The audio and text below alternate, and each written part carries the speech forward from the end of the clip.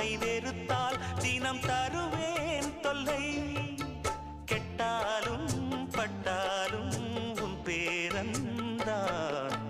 என்னடி ஞான பெண்ணே, உண்மை சொல்லடி ஞான பெண்ணே.